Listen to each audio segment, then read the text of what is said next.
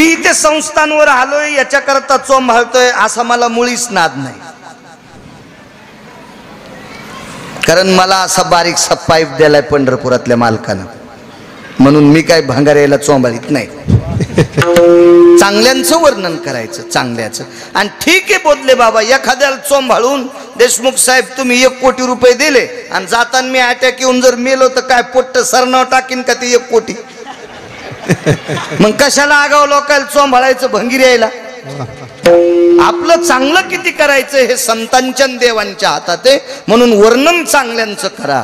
निंदा अथवा स्तुती करावी देवाची, कीर्ती मानवाची, इतराची स्तुती आम्हा ब्रह्महत्या एका विठ्ठला वाचून नाही भंगारेल चोंबाळायचं. ऐका पंडित जना तुमचे वंदितो चरणा, नका करुणा स्तुती, ओ माझे परितावी विनाथानी.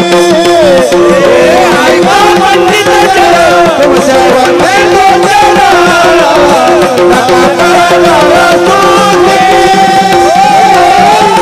माझे परितावी विनाथानी.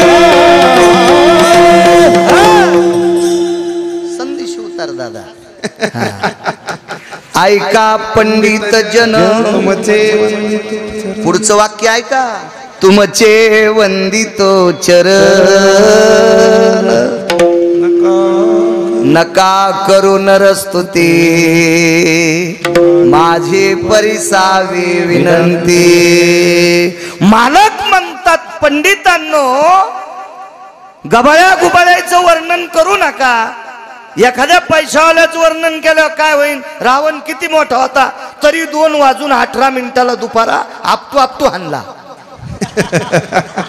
ज्याचं अख्खं गाव सोन्याचं होतं, अख्खं गाव सोन्याचं, तर त्याला 2 दुपारी 18 हाणलं तर 2-4 कोटीवाल्याला तर असा ठेसाळीतच मारीन ना. तो वर्णन संतांचं देवाचं पवित्र भूमी आहे. येतो योग कधी कधी आम्हाला बी नाईलाज आहे, लग्न केल्यामुळं वर्णन करावं लागतंय. तुम्ही जरशे मुक्त झाले त्याच्यातून मागणं पुढं फुफुटा उडव. आमचं अवघड आहे, आम्ही विरोधात गेल्यावर कसं धाकायचं. पवित्र ठिकाणी केलेलं कीर्तन भजन हे विशेष असतं, हे सांगत नाही. पैठणच्या मालकांकडे एक भूदेव आले आणि त्यांनी विचारलं संध्या कुठं करू? परमेश्वर बुवा कुठं करू संध्या? मालकाने सांगितलं देवघरात करा, तुळशीपशी करा, गाईच्या गोठ्यात करा, गोदावरीच्या पात्रात करा. भूदेव होते पुढचे. त्यांनी विचारलं नाथ बाबा मला 4 ठिकाण कस काय सांगितले? ते म्हणले देवघरात केलेली संध्येचं पुण्य वेगळं, गाईच्या गोठ्यात केलेलं पुण्य अण्णा महाराज वेगळं, आणि तुळशीपशी केलेलं पुण्य वेगळं, आणि पवित्र गंगेच्या तटावर केलेलं पुण्य विशेष वेगळं.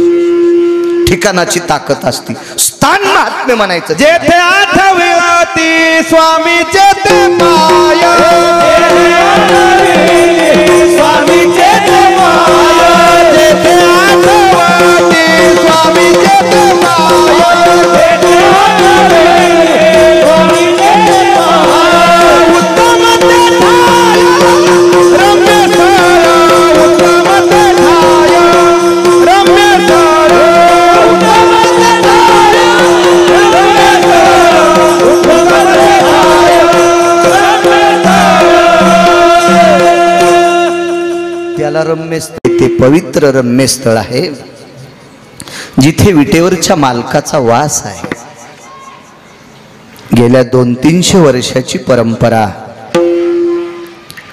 मोठ्या विस्तृत पद्धतीने ब्रह्मांडाच्या मालकाची पताका खांद्यावर घेऊन चालणारी ही बोधलेराज परंपरा फार मोठी परंपरा आहे, जुनाट परंपरा. तुका मन देवा जुनाट हे माझी सेवा, जुनाट हे माझी सेवा, जुनाट हे. असताना सात्विकतेनं, मर्यादेने, लवचिकतेने वारकरी संप्रदायात आहोत अशा मार्मिकतेनं फोनवर बोलतात. आनंद वाटतो तो फोन स्वीकारताना. 4-8 दिवसाला आठवण करून देणं, सोबतच्याला फोन करणे, खूप श्रद्धेनं यावंसं वाटतं. या परंपरेतल्या सात्विक सदाचारी पुण्यशील महात्म्यांना गिरगावकराचा नाक घासून प्रणाम. प्रकाश बाबा असतील, परमेश्वर महाराज असतील, अण्णा महाराज असतील, आदरणीय या परंपरेतले उत्कृष्ट कीर्तनकार बाप्पा असतील. मला वाटते उद्या बाप्पांचं कीर्तन आहे, बाप्पा असतील. या परंपरेला प्रणाम.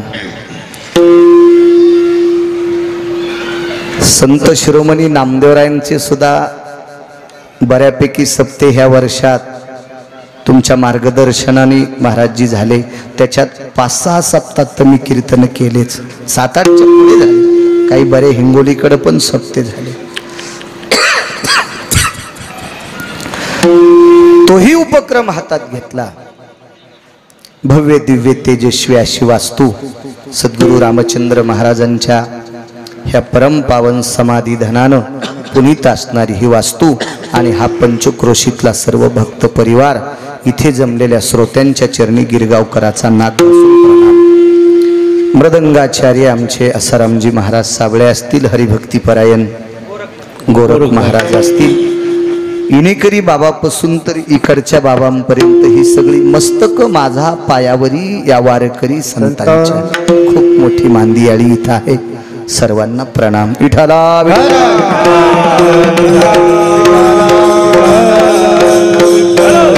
पवन, तुझी साऊंड सिस्टीम बी छान आहे, मला गोड वाटली, तुलाही प्रणाम. आजचं कीर्तन करण्याचा योग आदरणीय डॉक्टर हुशे साहेब जालना हॉस्पिटल त्यांनी तपासलं, जरासं बरं केलं आणि मला असं चांगलं बोलता आलं. बापू सोबत होते, हुशे साहेबांना सुद्धा धन्यवाद. विठाला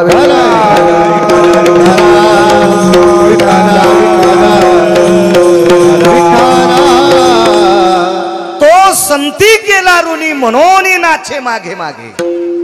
ऋण काय असेल देवाच्या डोक्यावर हे सांगितलं. कर्तव्याचं, उपकाराचं, प्रेमाचं, सुखाचं वगैरे ठाव केला. हे नाना प्रकारची कर्जच येत ना. कोणी शहाणा असेल तर पलीकडे लेकरायला थोडंसं थांबवा, थोडंसं थांबवा, बरं होईल. कोणी आजूबाजूच्या असे दाटवा. आणि एखादं थांबतच नसेल तर मारू नका, हा त्याचा दोष नाही, त्याच्या मायबापाचा आहे. विठाला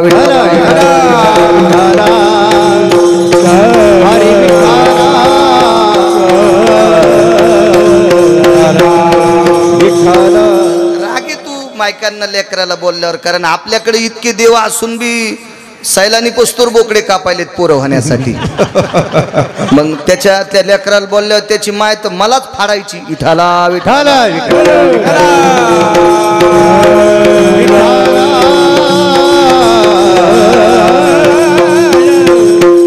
जाते बऱ्यापैकी फिरायला यायला, त्याला मसुबायला यायला, त्याला बोकडे कापितेत नवसायसाठी. कालांतराने नवरे कापुनी म्हणजे बरे. विठाला विठाला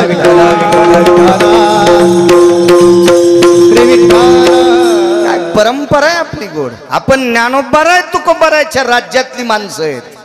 सात्विकता असो आपल्याकडे असो. एकदा कृतात्रेता युगात युद्ध चालू होतं. ज्यानं सात्विकतेनं रामायण सांगितलं आणि सात्विकतेनं रामायण ऐकलं त्याला पक्क माहित असेल युद्ध क्रतायुगात होतं का त्रेतायुगात. मी काही सांगत नाही, मी जर सोडून ठेवतो तितकी पुढी, तुम्ही ध्यानात ठेवा. बऱ्यापैकी महाराज आता सांगताच ऐकता ऐकता काही महाराज वरी पण गेले असतील ना. क्रता किंवा त्रेतायुगात प्रभू रामचंद्राचं रावणाचं युद्ध झालं. ते युद्ध किती दिवस? द्वापार युगातलं युद्ध 18 दिवस होतं. 9 दिवसात वधिले कौरव, पार्था प्रति गीता सांगे माधव. जय देव जय कृष्ण नाथा, आरते ओवाळो भावार्थे ओवाळो तुझ लक्ष्मीकांता. असं आहे. पुन्हा असं आहे की जय देव जय श्री पांडवा धर्म भीम अर्जुन नकुल सहदेवा जय देव जय श्री पांडवा धर्म भीम अर्जुन नकुल सहदेवा 9 दिवसात व दिले कौरव इकडचं युद्ध माहित असावं ते युद्ध किती दिवस झालं कोण्या युगात झालं त्याच्यातलं कर्ज सांगतोय या युद्ध प्रसंगामध्ये 19 लोकांचं पंढरपुरातल्या मालकावर कर्ज होतं त्याच्यापैकी एका पाखराचं होतं आणि 9 वानरापैकी एका वानराचं होतं दोघांचीच नाव सांगेल एका पक्षाचं सांगेल एका वानरांचं सांगेल कर्ज देवाच्या डोक्यावर कर्ज कारण 2-4 पुस्तकं शिकलेला आमचा एक पाहुणा भेटला मला येडगळ होतं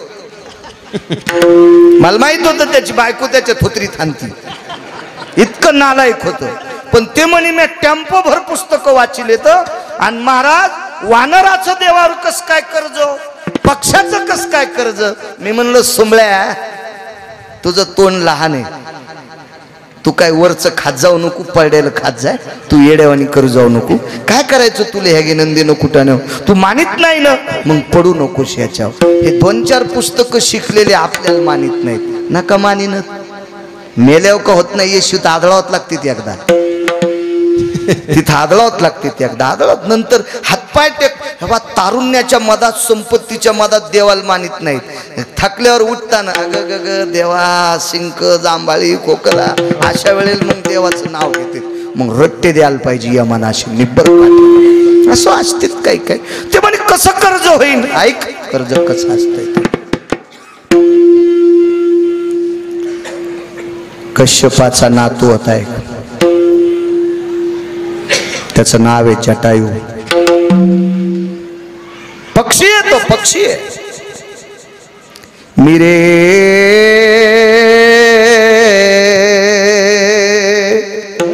कश्यपाचा नातू जटायू रे नामे विख्यात वाक्य हे देहूतल्या मालकांचे मिरे कश्यपाचा नातू जटायू नामे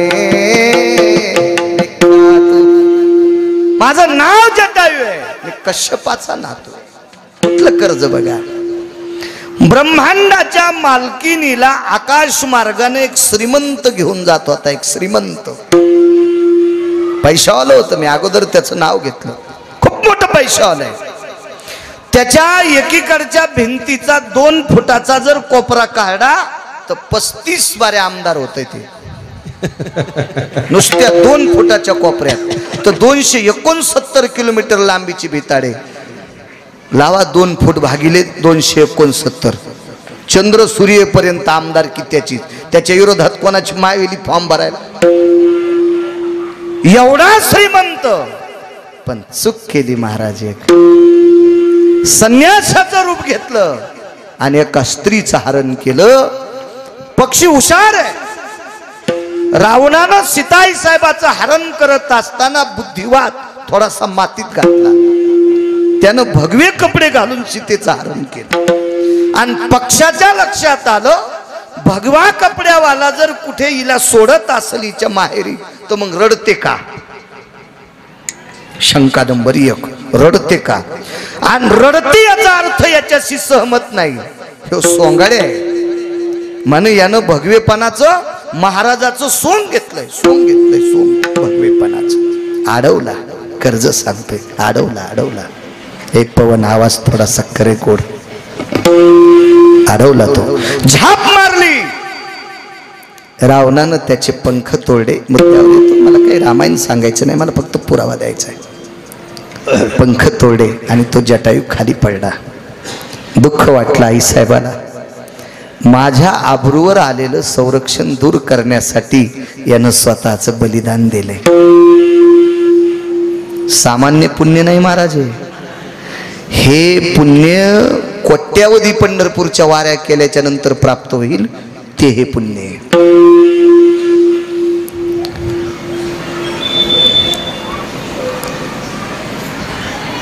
जाता जाता आईसाहेबांनी सांगितलं, बाळा मला माहित होत रे हा निर्दयी आहे, पण एक काम कर, मी ज्याचं स्मरण करते त्याचा अंतःकरणात तू ध्यान कर. मन नाही म्हणली, कारण पक्षाला काय भजन करता येईल असा एक मुद्दा आहे. आणि एक जर मुद्दा देहूतल्या मालकाचा पाहिला तर पक्षी सुस्वरे आळविती, दगडाच्या टाळामधुनी. संतांनी कृपा केल्यावर जडातून सुद्धा स्वर निघतोय, पक्षी सुद्धा गोड गातात. तर मग सीताई साहेबाच्या म्हणण्यानुसार जटायूला तरी वाणी काय येणार नाही.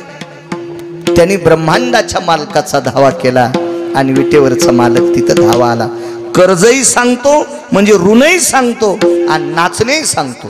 3 मुद्दे मांडतो तुमच्याकडे छोटे छोटे वेळात. मला वाटतं 7ला सोडून 9ला सोडून द्यायचंय. 7 ते 9 असते ना. हो, त्याच्यानंतर जेवणे असतात. योग असा आला, भगवंतानी त्याच्याकडे पाहिलं, तो जिवंत होता. लालबुंद त्याचं शरीर आहे जटायूचं. खाली बसले प्रभू,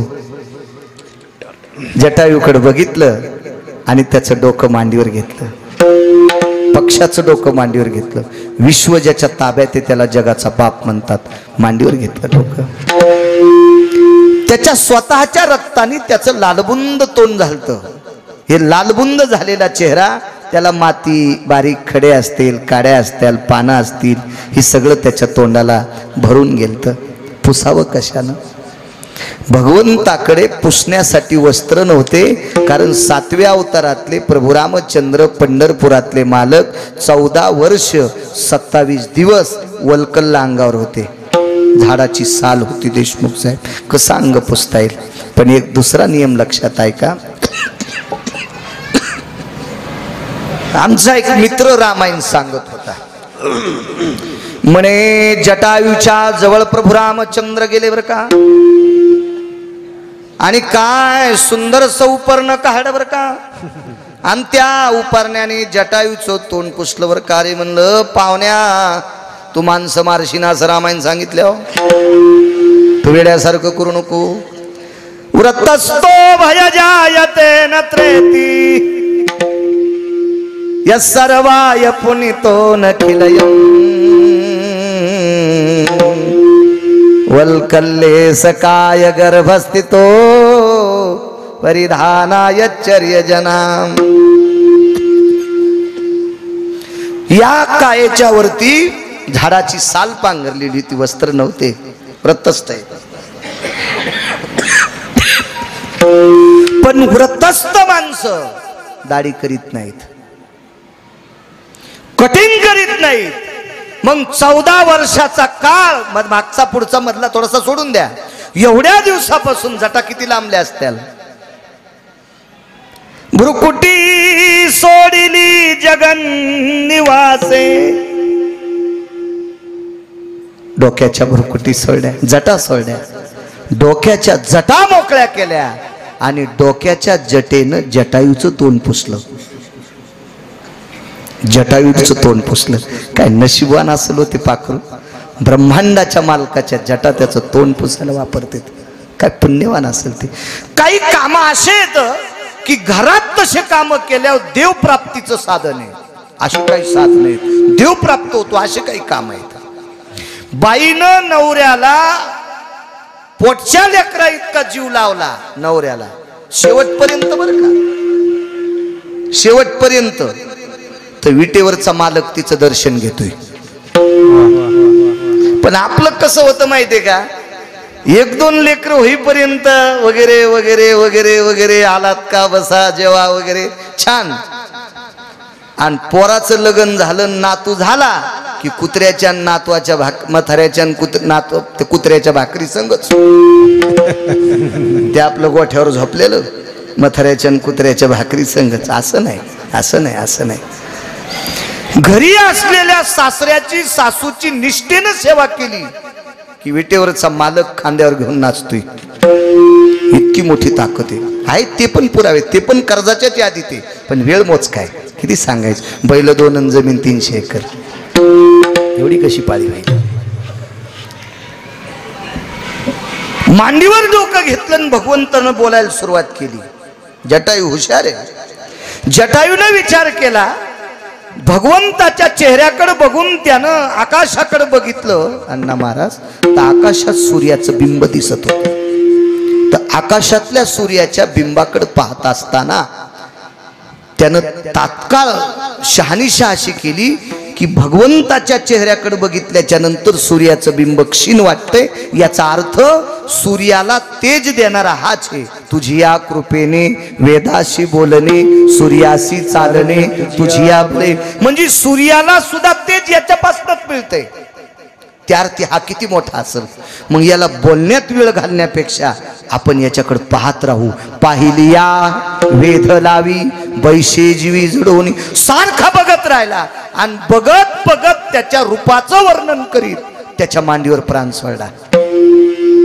या विश्वात अधिकारी लोक आहेत, खूप अधिकारी. त्याच्यातले दोनच सांगतो. कलियुगामध्ये विटेवरच्या मालकावर प्राण, पायावर प्राण सोडायचं भाग्य कानोपात्रेला मिळालं.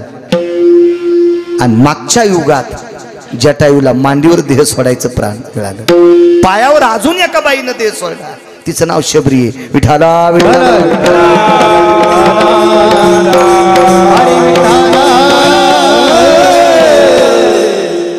प्राण सोडला जगाच्या मालकाने. ते खाली ठेवलं पार्थिव. वाहत्या गंगेच्या कडेला दर्भाचं गवत होतं, दर्भ म्हणतात त्याला. ते दर्भ हातानं काढलं, दर्भ खाली आथरवलं आणि त्याच्यावर जटायूला टेकलं. लाकडं जमा केली, लाकडं जमा केली, त्याच्यावर जटायूचं पार्थिव टाकलं. कोमल कर, बेस कमी कर रे. जटायूचं पार्थिव टाकलं, त्याच्या अंगावर लाकडं झाकली, दर्भ टाकला आणि विश्वाच्या मालकाने स्वतः भडागणी देऊन टाकला. कर्ज दोन सांगतोय सज्जनांनो. एक कर्ज काय होतं माहितीये? विश्वाच्या मालकीनीवर आलेलं आबरूचं संकट दूर करण्यासाठी स्वतःचं बलिदान दिलंय. याच्यापेक्षा सामान्य उपकार असेल कोणता? किती मोठा उपकार आहे की याच्यापेक्षा अजून कोणता उपकार मोठा? हे जगाच्या मालकावर केलेलं कर्ज होतं. विश्वाच्या मालकाने त्याला भडागणी दिला, त्याच्या अस्थी उचलल्या, एका पवित्र गंगेत टाकल्या. आणि जटायू हा एका सात्विक कुळातला पक्षी आहे. जटायू हा एका सात्विक कुळातला पक्षी, सात्विक कुळातला. किती सात्विक सांगू का? जटायूच्या काकाच्या पुढे कान धरल्याशिवाय पंढरपुरातला मालक भेटत नाही. जटायूचा सख्खा काका गरुड कान धरून या, त्याच्या काकाच्या पुढे कान धरून नाचलं आणि मग त्याच्या काकाला आलिंगन दिलं की जटायूचा काका सांगतो, देवा जरा हिशाबात आहे, घ्या पोटात. जटायूच्या काकानं संमती दिल्याशिवाय विटेवरचा मालक एकालाही पोटात घेत नाही. इतका श्रीमंत जटायूचा काका. जटायूचे वडील सांगतो बोधले बाबा, जटायूचे वडील इतके अधिकारी आहेत, जटायूच्या वडिलांना एकही दिवस गैरहजेरी केली नाही. म्हणून आपल्याला रोज सूर्यप्रकाश भेटतो. म्हणून चातुर्मासात श्रीमंत अंतकरणाचे वैभवशाली वारकरी, निष्ठावंत वारकरी सकाळी जटायूचं नाव घेतात. उठारून उदय प्रकाश झाला, त्याच्या वडिलांचं घंटा गजरा बर दिलनाला, हरी नव मला गुरु झाला, ककरार ते समयाचा. उठारून उदय प्रकाश झाला, घंटा गजरा दिलनाला, हरी नव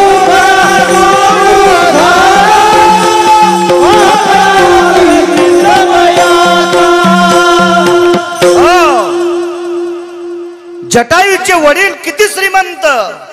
उठारुणोदय प्रकाश झाला, उठा सूर्योदय प्रकाश झाला. नाही म्हणू शकत कोणी. का?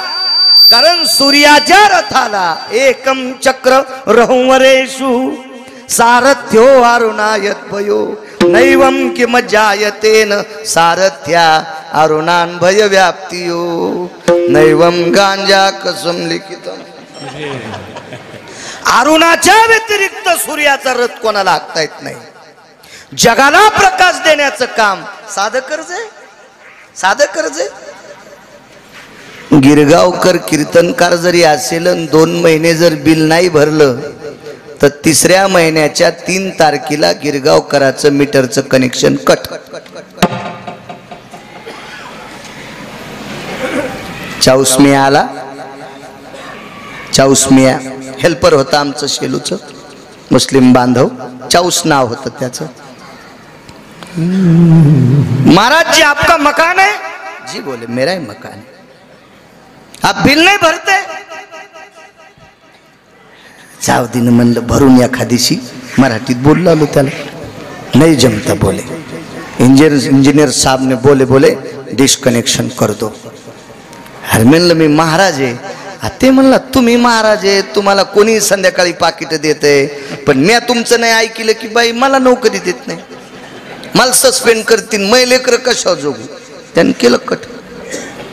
चाऊसमियानं गिरगावकराचं मीटर कट केलं. मीटर कट केलं. मी लगेच पैसे भरले, मीटर जोडून घेतलं. कधी सूर्यानं आपलं कनेक्शन कट केलंय?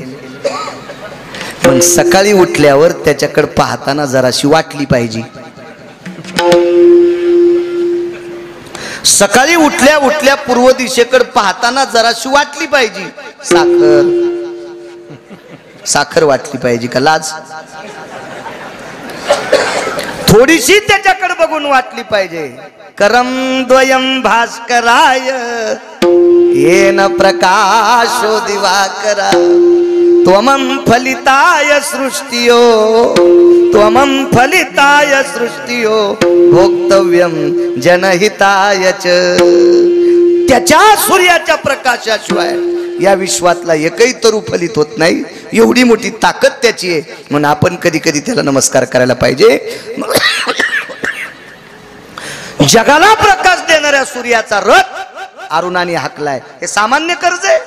आणि त्या अरुणाचा पुत्र जटायू, जटायू नामे विख्यातू मी रे कश्यपाचा नातू. मी कश्यपाचा नातू. पक्वाद वरी गेलीत का जरा? त्या अगोदरच वाजूला आले तुम्ही जोर जोरात. आवेशात आलं की होतंय तुमच्या कुणबी तसं एखाद्या वेळेस. विठाला विठाला विठाला हरी विठाला. आज थोडंसं दण आणल्यामुळं वाटतंय, नाही तर काय होत नाही, चलत राहते. काय लोक वाट्या काट्यावर आरडायलेत, त्याच्यापेक्षा इथं आरडायलेलं किती चांगलं याची नोंद आहे ना. तिकडे भाडायलेत काही बिगा पाहण्यालेत. हे देवाच्या डोक्यावर कर्ज होतं. मग एवढ्या पवित्र कुळातला जटायू आहे म्हणून 3 दिवस दक्षिणेकडे तोंड करून तर्पणविधी केला पंढरपुरातल्या मालकानं. त्याच्यासाठी तर्पणविधी हा दक्षिणेकडे तोंड करून करावा लागतो. कारण पवित्र कुळात आलेला जटायू एका क्रोधी आणि काही वेळापुरत्या स्त्रीलंपट माणसाच्या हाताने याला मृत्यू आलाय. रावणाकडे व्याभिचार होता बरं. सीतेला स्पर्श करायची ताकद रावणात नव्हती, तरी पण रावणाला सीता आवडत होती. स्पर्श करायची ताकद का नव्हती महाराज? कारण सीताई साहेब ज्या ठिकाणी बसल्या ती जागा बऱ्याच दूरवर राम राम म्हणत होती. जेथ सीतेची वस्ती घडे राम राम स्मरती झाडे. मग रामाच्या व्यतिरिक्त सीतेच्या जवळ कोणी गेला की त्याचा काम शिल्लक राहत नव्हता. आणि ज्याचा काम शिल्लक राहत नाही त्याला सीता का गळ्यात बांधायची का? पण स्त्री लंपट होता. त्याचा भाव मात्र तिच्यावर होता, आवड होती त्याला, वासनिक होता तो. आणि अशा क्रोधी अविश्वासी महाराजाचं रूप घेतलं खोटं. अविश्वासी क्रोधी स्त्रीलंपटे आणि अशा पुरुषाच्या हाताने पवित्र नामधारकाला मरण आलंय. पवित्र कुळातल्या व्यक्तीला मरण आलंय. याचा पिंड यत मोक्षो गयो नारायणोस्ततेवचा मी 27 वर्षापूर्वी कर्मकांड करायचो. यानंच भूतं भयस्थितो जज्ञिरे सर्वरूपे अपसव्यापसव्य यज्ञोपविता यत्लुप्त पिंडो गयावरजनो तीर्थराजा भवस्थितो मुष्टिको तंदुला यज्जायते रक्तचंदनः आरक्त पुष्पादिही अंगुष्टादि स्नान भयो. हे करायचं 27 वर्षापूर्वी. आता नाही करीत, पण ते मेमरी कार्डावर डाटा आहे त्यावेळेतलं. हे मंत्र जगाच्या मालकाने विद्वान महात्मे बोलून जटायू करता 3 दिवसाचा तर्पण विधी केला, दक्षिणेकडे तोंड करून. 3 जण सख्खे भाऊ, हे वाढव रे वाढव, पवन वाढव वाढव, गोड कर, आवाज कर, दे साऊंडला, दे मॉनिटरला दे आवाज. सख्खे 3 जण भाऊ, दोघायला एक मुलगा, एकाला काही नाही. सारखी जमीन, 70-70, 80-80, 90-90 एकर भारदस्त जमीन. पण ज्याला काही नाही तो मृत्यू पावला. त्याचं प्रेत भिंतीला टेकवलं, कपाळाला नाणं लावलं. त्याची पत्नी बाजूला बसलेली आहे, ती रडत होती. सगळी पाहुणी आली. प्रेत आता आंघोळी करता बाहेर काढा. मनोनी नाचे मागे मागे सांगतोय, जगाचा मालकाच्या डोक्यावर कर्ज आहे, म्हणून नाचे मागे मागे. आंघोळीला प्रेत काढा म्हणल्याबरोबर गावातल्याच एका व्यक्तीने विचारलं, गाडगं कोण धरणार, पाणी कोण धरणार, प्रेताच्या पुढे कोण चालणार, कोण शर्ट काढणार. गावातल्या प्रतिष्ठित व्यक्तीने सांगितलं, 2 भावायला 2 एक मुलगा आहे, तो पाजीन चुल त्याला पाणी. दोघा पुतण्यांना जवळ बोलवलं, नकार दिला. गावात एक विद्वान व्यक्ती, प्रकाश बाबा तुमच्यासारख्या वयस्कर व्यक्तीनं बाईच्या कानात सांगितलं, माई एक बोलू, बाई वेळ तुझ्यावर वाईट आहे, तुझ्यावर बिकट प्रसंग आहे. कारण माझ्या पवित्र भारत देशात महाराष्ट्राच्या मातीमध्ये ज्या माऊलीच्या कपाळावर कुंकू मालवल्या जातं, तिचे 14 मान हरण केले जातात. त्याच्यातला पहिला मान आहे, मालकाचं प्रेत उंबऱ्याच्या बाहेर काढलं. मालकाचं प्रेत उंबऱ्याच्या बाहेर काढलं की गावातली एक विधवा स्त्री जवळ येते आणि तिच्या कपाळावरचं कुंकू पदरानं पुसून टाकते. पहिला मान जातो. दुसरे 2 मान आहेत, ज्या वेळेला प्रेत मशानभूमीत जाळल्या जातं, त्यावेळेला मशानभूमीतली माणसं घरी यायच्या अगोदर तिच्या गळ्यातली गळसरी आणि पायातले जोडवे काढून टाकतात. 14 पैकी 3 मान सांगितले. 14ची 14 मान ज्या स्त्रीचे हरण होतात, असं जिचं समोर दुःखाचं खड्ग, दुःखाचं थारोळं, दुःखाचं गाठोडं तिच्या बाजूला आहे आणि तिच्यावर 15वं संकट आहे, आपल्या मालकाला पाणी कोण पाहिजे. गावातल्या प्रतिष्ठित तुमच्यासारख्या व्यक्तीनं सांगितलं, बाई एक काम करावं लागतंय, 100 रुपयाचा बॉन्ड आणलाय. त्या बॉन्डवर त्या बाईचा अंगठा घेतला, जिचा कपाळाचा मालक भिंतीला टेकलाय, बोधले बुवा बाबा, कपाळाचा मालक हरवलाय. अशा अवस्थेत प्रेताच्या बाजूला बसलेली पवित्र भारतीय संस्कृतीची स्त्री 100 रुपयाच्या बॉन्डवर अंगठा देते आणि अंगठ्याच्या वरी लिहिलंय, जो कोणी हिच्या पतीला पाणी पाजील त्याला 10 एकर जमीन सुपूर्द करण्यात येईल. दोन्ही भावाईच्या मुलांनी शर्ट फाडले. दृष्टांत संपला. ही मानवी हलकट प्रवृत्ती आज सुद्धा चालू आहे, आज सुद्धा चालू आहे. अहो, चुलता बाप होऊ शकत नाही, पण बापाचा आधार देऊ शकतो. इतकी ताकद असते चुलत्यात, पण त्या चुलत्याची प्रॉपर्टी घेतल्याशिवाय पुतण्यानं पाणी पाजू नये, हा मानवी व्यवहार.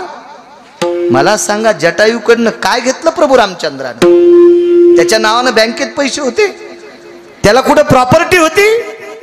नाही. तरी पण विश्वाच्या मालकाने स्वतः अंगुष्टादी भयो जला स्थितो गायम प्रेत सुसंस्कारेण स्तते वचम भडाग्नि भय जायते. माणसाला पेटवतात त्याला भडाग्नी म्हणतात. मशानी नेवोनी भडाग्नी देवोनी हा अग्नी जगाच्या मालकाने केलाय. हे कमी नाचणं झाले, कमी नाचणं झाले, कमी नाचणं झाले. योग असा आला पण विश्वाच्या मालकीनीवर आलेलं हे आबरूचं संकट दूर करण्यासाठी ज्यानं बलिदान दिलंय हे देवाच्या डोक्यावर कर्ज आहे. आणि हे कर्ज उतरण्यासाठी देवानं बाकीचा विधी केलाय. म्हणून मालक म्हणतात म्हणून नाचे मागे मागे, म्हणून नाचे मागे मागे, म्हणून नाचे मागे मागे, म्हणून नाचे मागे मागे,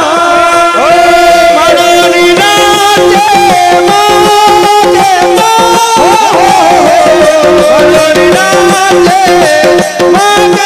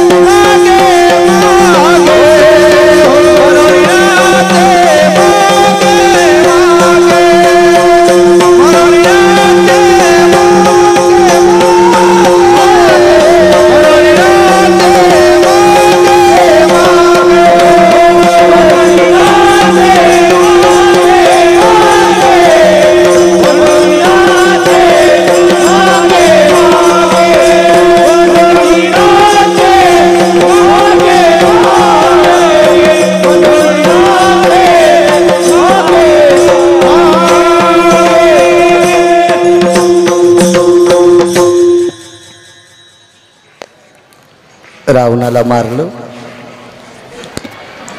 सीताई साहेबाला दिवे दिलं आणि राजा रावणाकडे 14 विमानं होती. त्याच्यापैकी एक कामग नावाचं विमान आमंत्रित केलं. त्या विमानामध्ये प्रभू रामचंद्र सीताई साहेब बसले. आकाश मार्गाने विमान शरयूकडे निघालं आणि रस्त्याने जाता जाता विमान एका जंगलात थोडस थांबवलं आणि बिभीषणाने प्रभू रामचंद्राचा सन्मान केलता. सुवर्ण कमळाच्या फुलाचा हार घालून सुवर्ण कमळाच्या फुलाची माळ घातली होती प्रभू रामचंद्राच्या गळ्यात. बरोबर विमान थांबल्या गेलं. त्याच्यातलं एक सुवर्ण कमळ काढं बोधले बाबा. आणि विटेवरच्या मालकाने 7व्या अवतारात एका जंगलात एका जागेवर ते सुवर्ण कमळ टाकून दिलं. आईसाहेबांनी विचारलं प्रभू एक बोलू, तुमच्या गळ्यातलं सुवर्ण अमूल्य किमतीचं सुवर्ण कमळ तुम्ही इथे टाकलं याचं कारण काय? असू दे सीते, सांगा ना मालक, सांगा ना. फार दिवस झाला आपल्याला बोलायला भेटलं नाही मालक, सांगता? बोला ना मालक. विमानातून जाता जाता आपण बोलत जाऊ, बोलू आपण.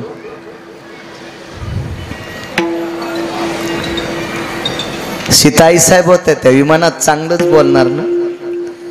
मागच्या आठवड्यामध्ये 15 दिवसात मी तिरुपती दर्शनाकरता गेलो विमानात बसून.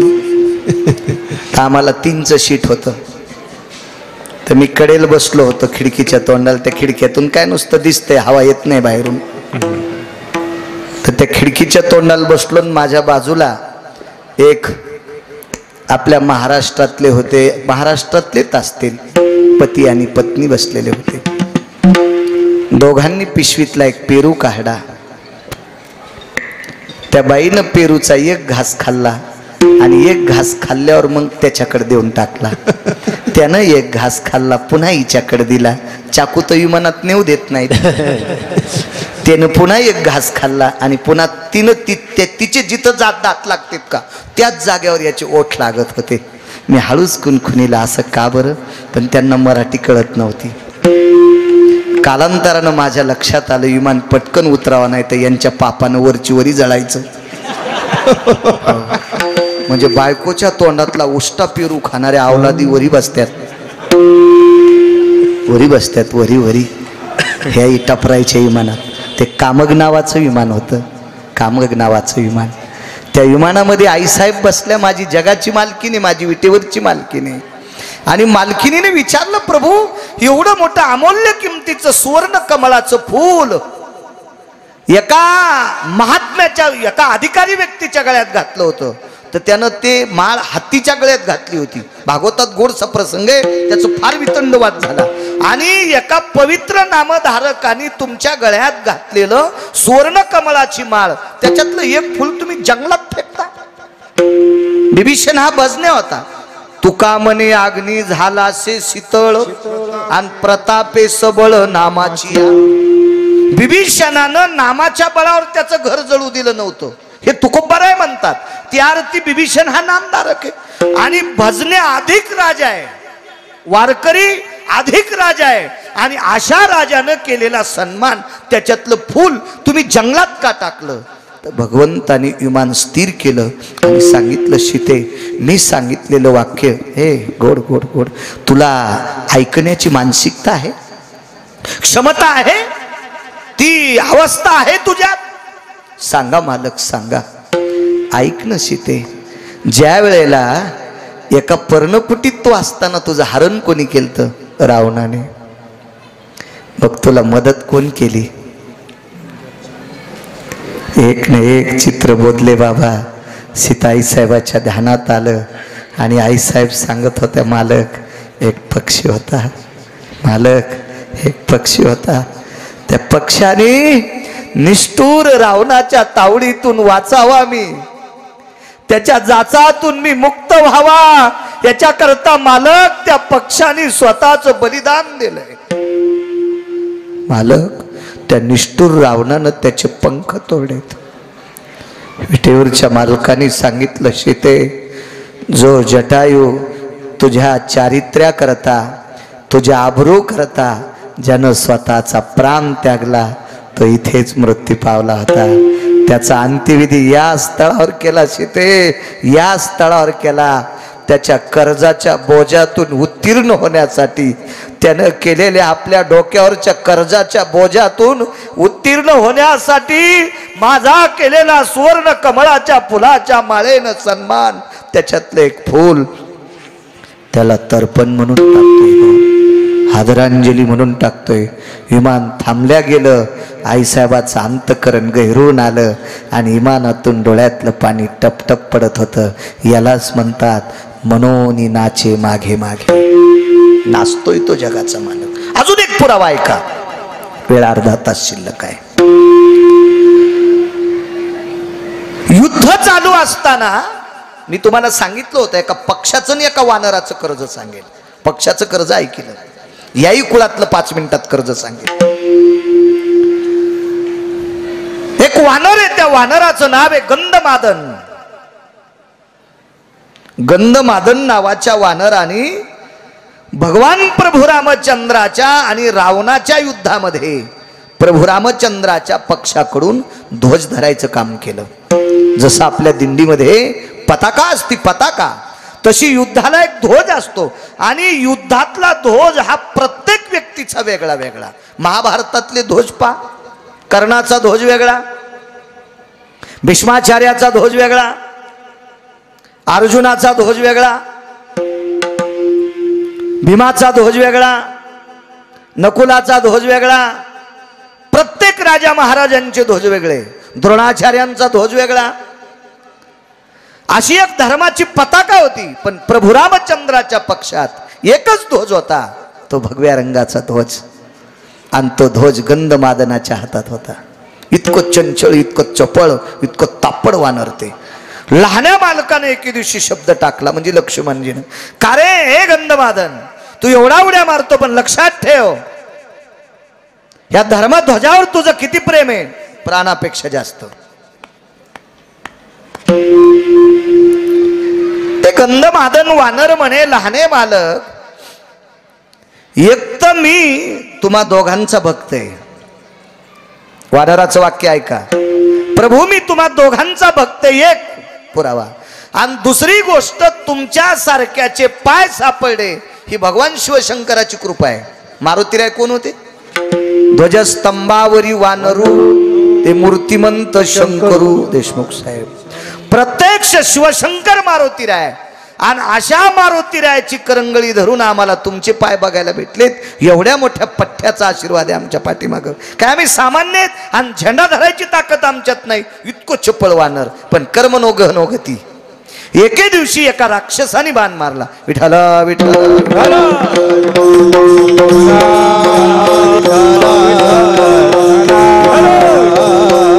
एका राक्षसाने बाण मारला. असा बाण मारला बोधले बाबा की वरून जितकी पताका असते का तितकीच उडून गेली. खालचं ते वेळूचं काय असेल, वेळू असेल, काठी असेल, लाकूड असेल, तेवढं शिल्लक राहिलं. कमरेला बांधलेल्या कपड्यात फिट्टा आवळलेलं होतं. आवाज दिला गंधमादन. पाहिलं वरे कपडा नाही. कर्ज सांगतोय, कर्ज कर्ज कर्ज भक्तीचं कर्ज आहे लोकांचं. वरे पाहिल्याबरोबर काहीच नाही.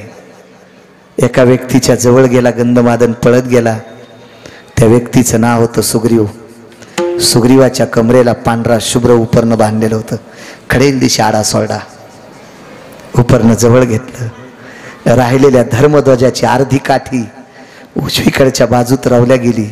उजवीकडच्या बाजूत हे कडक करे आवाज. उजवीकडच्या बाजूत असं करणं मोठा. उजवीकडच्या बाजूत रवल्या गेली आणि उजवीकडच्या बाजूत रक्त बाहेर आलं. आणि ते बाहेर निघणारं सगळं रक्त त्या पांढऱ्या रुमालानं पुसून काढलं आणि पांढरा शुभ्र रुमाल लालबुंद केला. त्याची घाट त्या लाकडाला मारली आणि लक्ष्मणजीला सांगितलं, लहाने मालक बघा धर्माची ध्वजा. सामान्य कर्ज असेल बापू, सामान्य उपकार असेल, कशात मोजता येईल कर्ज. आणि कुंभकर्णाच्या लक्षात आलं बेट फार शहाणं आहे. एके दिवशी त्याच्या बाजूचे जेवढे वानर होते तेवढे कुंभकर्णांना असे वढीत राहिला वढीत राहिला वढीत राहिला. त्याच्यासोबत गंधमादन सुद्धा आतमध्ये गेला. गंधमादन एवढा अधिकारी एवढा अधिकारी एवढा अधिकारी. गंधमादनाने मधल्या सगळ्या वानरांना सांगितलं, अरे पळकुट्यांनो, भेकाड्यांनो, रामप्रभूचे भक्त आहोत आपण, लखनलालजीचे भक्त आहेत आपण. अरे आपण मारुतीरायाचे सेवक आहेत, बजरंग बलीचे सेवक आहेत, बलशाली देवतेचे सेवक आहेत. आणि राक्षसाच्या पोटात येडपटवाणी करता, भेकुर्ड बागता, भित्र्यासारखं करता. वाचायचं का? करा भजन. आणि भजन सुरू केल्याबरोबर कानातून प्रकाश पडला. वेगळच सांगतो, सन सन सन उड्या टाकल्या. कर्ज सांगते, कर्ज कर्ज कर्ज सांगते. आणि एकटं चुळबुळ करत असताना कुंभकर्णाच्या लक्षात आलं, बेटा एकटा आतमध्ये कानाला हात लावला आणि हातात ते अडकलं गेलं. दाबला असं. त्याच्या अंगातून काही पाणी निघत होतं, रक्त निघत होतं. 4-4 कोसापर्यंत त्याच्या अंगातल्या रक्ताचा सुगंध जात होता. म्हणून त्याचं नाव ठेवलं होतं गंधमादन. त्याचे वेगळे कारण आहेत. रामायणात शोधू नका, दुसरीकडे शोधायचे. रामायणात नाही बघायचं, रामायणात सापडणार नाही तुम्हाला. पुन्हा एखादा म्हणीन मग तुला तुरीच्या पाट्यात गवसलं का. असे बरेच लोक इचकितीत ना, लय इचकितीत. लय धुणं धुवाचा नाद लागला हो लोकायला. एक भेटला धुणं धुणार, त्याला म्हणलं दुसरे धुणं धुवू नको. जो जास्त दुसऱ्याचे धुणे धुतो का त्याला कालांतरानं बायकोच्या साड्या धुवाची वेळ येत असती. इतकं लक्षात ठेव, नको इचकू लोकांचं काही. रामायणात नका शोधू, विशिष्ट प्रकारचं पुराण आहे त्याच्यासाठी. ऐकायला भेटेल तुम्हाला कथा, वाचित जा. मोठाले मोबाईल आहेत तुमच्याकडे भिताडासारखे, त्याच्यावर असं हाली जा ना, सापडते तुम्हाला सगळं. पण तुम्ही भंगाऱ्याला चॅटिंग करण्यातच वेळ घालता. तुम्हाला कधी सापडतेल्या कथा.